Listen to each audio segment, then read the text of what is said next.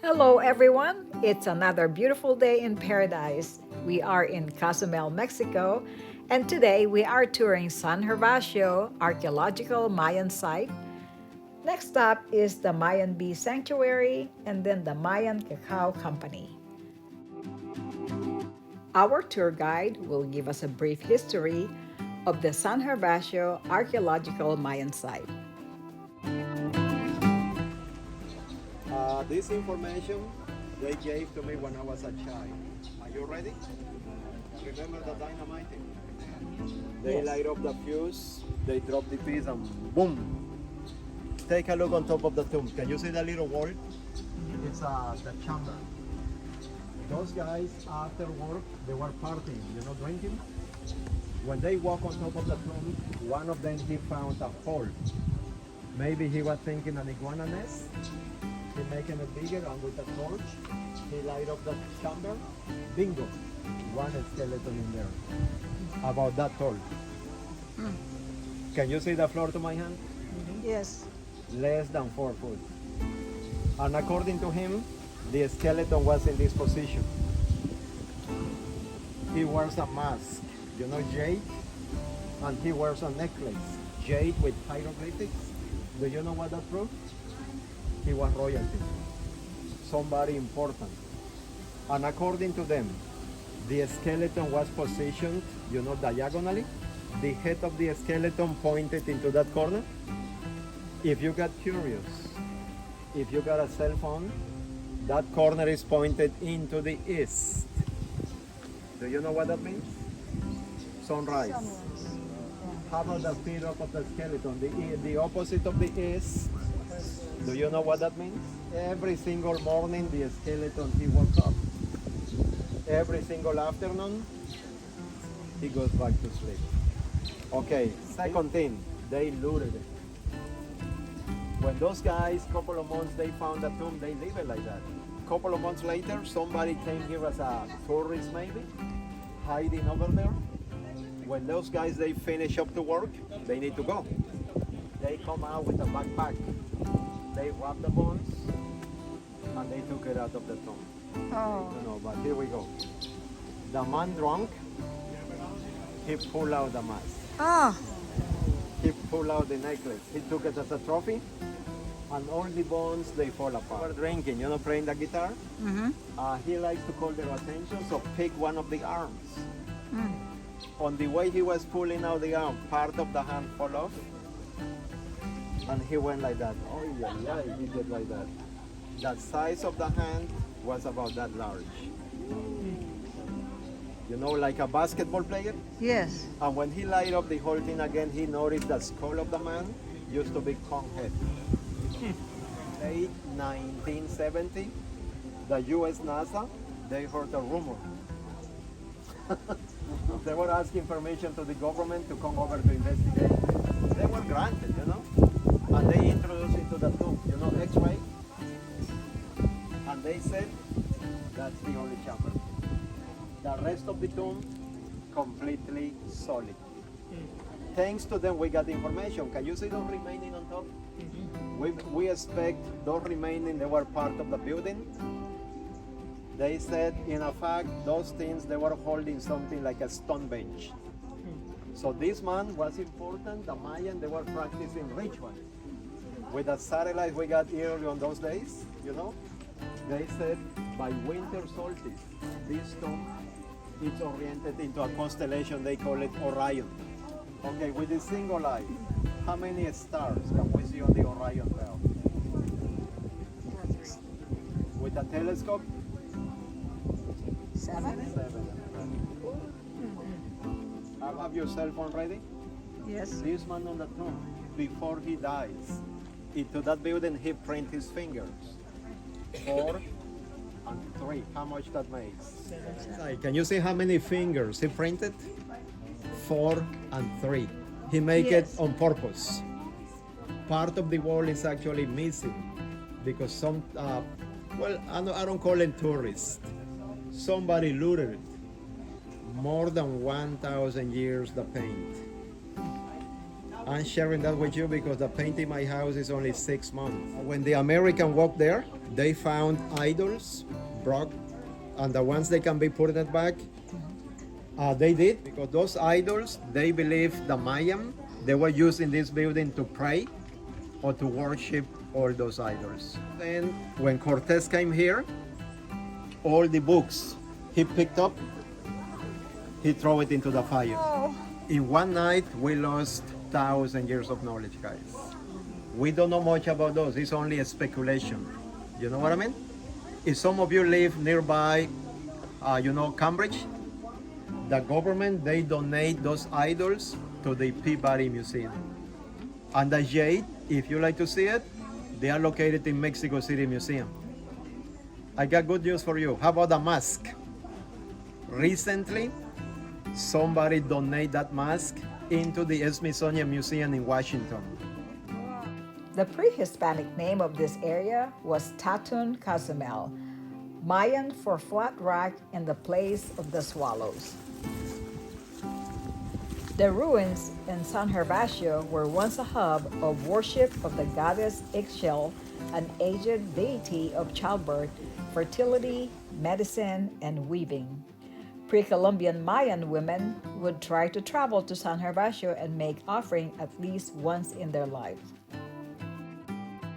Although most of the stone structure of San Gervasio now lack the roofs and upper portion of their walls, archaeologists from Harvard and the University of Arizona compiled detailed plan of the remains in the early 1970s that allowed them to create the reconstructed view of these buildings.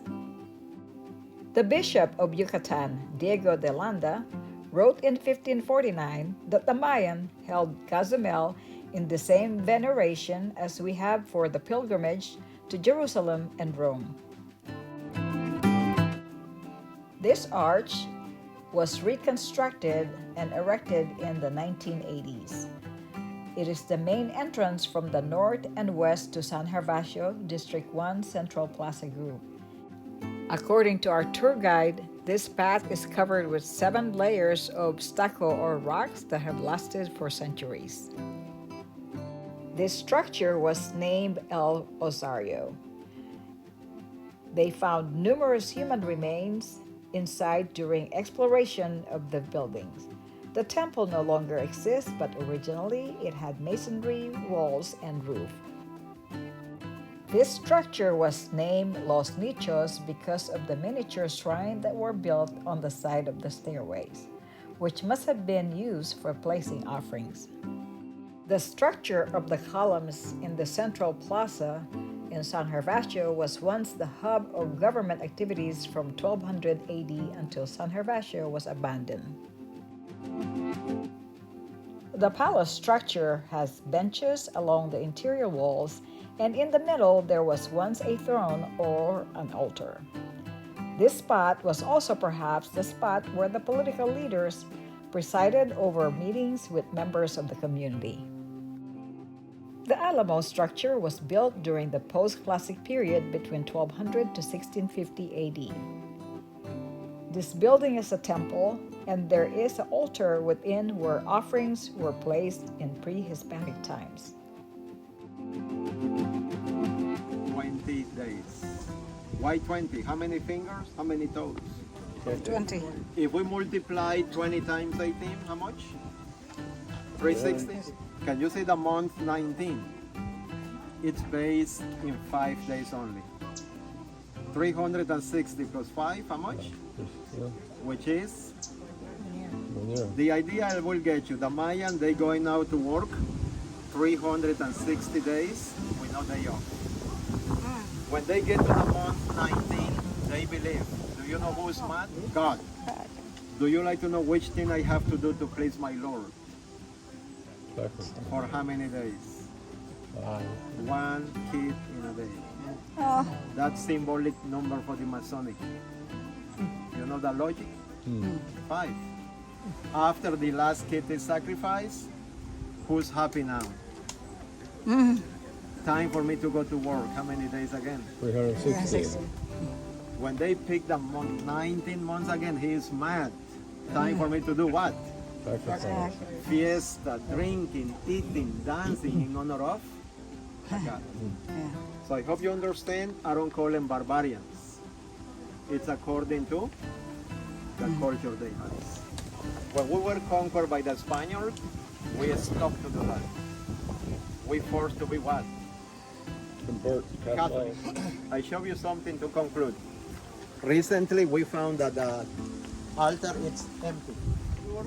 This is Oh, yeah. connected with that building with a tunnel. Oh, After the one sacrifice, somebody carried the dead body to fix it in that building. oh.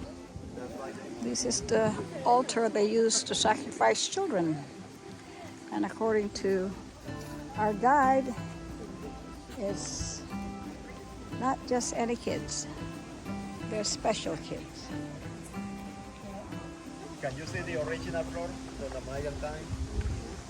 This was covered up with stucco. The Oh, floor thin and original floor is covered with used to be stucco. flat and smooth. Those guys, they were hard workers.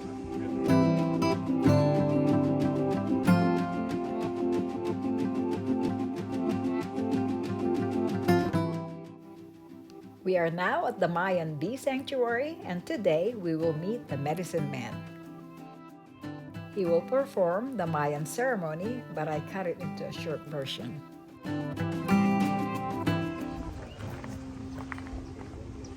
In Espanol, we call him medicine man, right? Today I am going to do a Mayan ceremony, okay? This ceremony is the purification process for you. Welcome to Cozumel, protection for the group, okay? Don't be afraid. There will be no sacrifices. This is the offering of the tables. Remember, this is not religion. This is Mayan culture, okay? It's Mayan culture. Por favor. Malo kanantabahtish. Masahakta. Kanantabel. Yutzilmak. Jumbotik. Thank you for your visit. You are Thank ready you. now.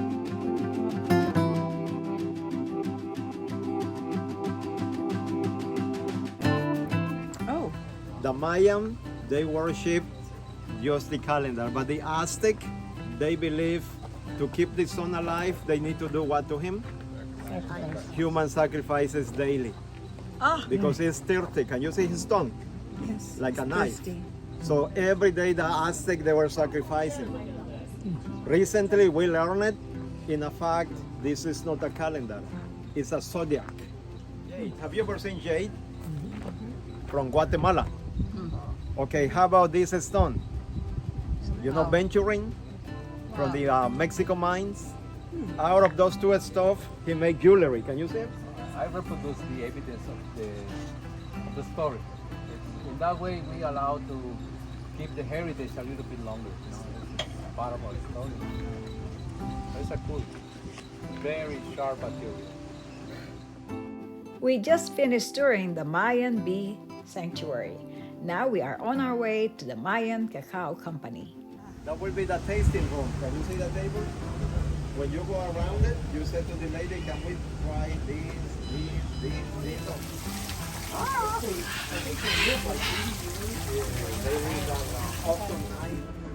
There was a time and a place where stories were not told with words and letters, but with color. In these lands, something was blooming, something that later became a pillar of a culture. At an economic level, it was an exchange currency that held high value. It circulated the most important markets, and it was treasure. So much so that it was not only seen as an object of exchange. Its cultural significance rose even to the highest temples. It was an award for the bravest warriors and kept them motivated to win fierce battles, all to get such a valued treasure.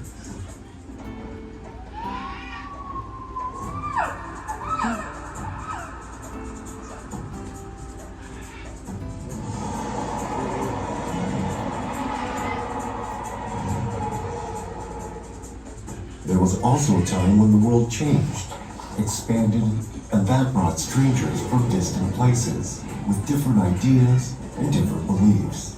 They saw in this precious cocoa an ingredient that would change the history of flavors around the world.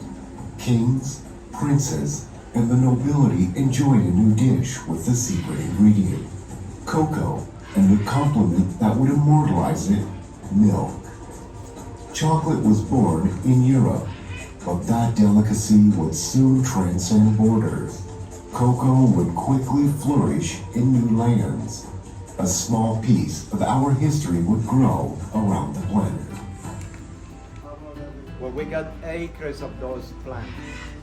When they harvest it, it's about that size. Can you see them?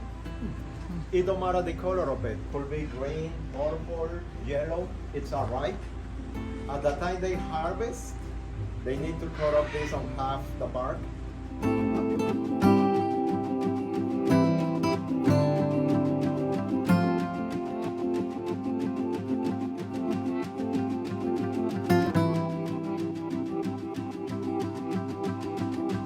Chocolate for you. Oh, thank you. Artesanal chocolate. Thank you. Well, it's a limestone grinding table that Mayan women used to have to prepare the food. Flowers, spices, medicines. Mayan women used to have that like a body lotion. The women that were pregnant, they put some of that on their bellies for no stretch marks. Everybody knows the commercial name, the cocoa butter. Every time my customers or my friends ask me about a good quality chocolate, my answer is dark chocolate. Why? The benefits. 1 or 2 ounces of dark chocolate per day can balance the blood pressure. It's very good for the heart. 1 or 2 ounces of dark chocolate per day can improve the memory retention. But one of the best things, and you won't let me lie, is this one: chocolate can make you happy. Yes. Yes or no? Yes. We hope you enjoyed touring the San Gervasio archaeological site of the pre-Columbian Mayan civilization, the Mayan bee sanctuary, and the Mayan cocoa, or they say cacao, factory. If you'd like to see more of our travel video, click the thumbs up and the subscribe button below. Until next time, we wish you many happy trails with your family. Thank you.